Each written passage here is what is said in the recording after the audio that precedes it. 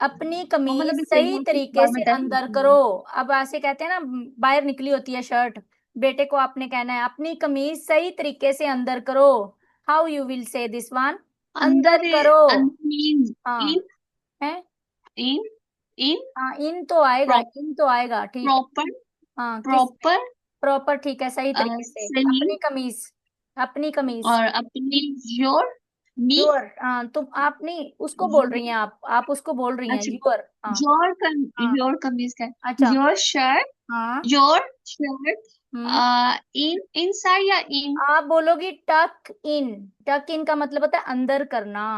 Okay, वो जो आप टक इस तरह इन टक, प्रॉपरली, टक इन।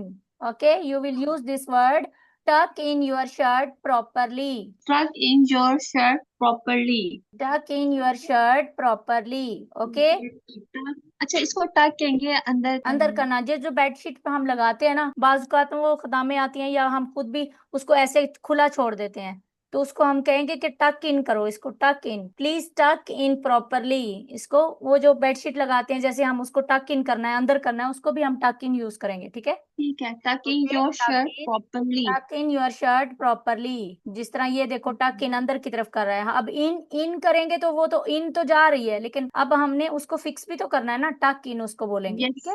Yes, okay. यस।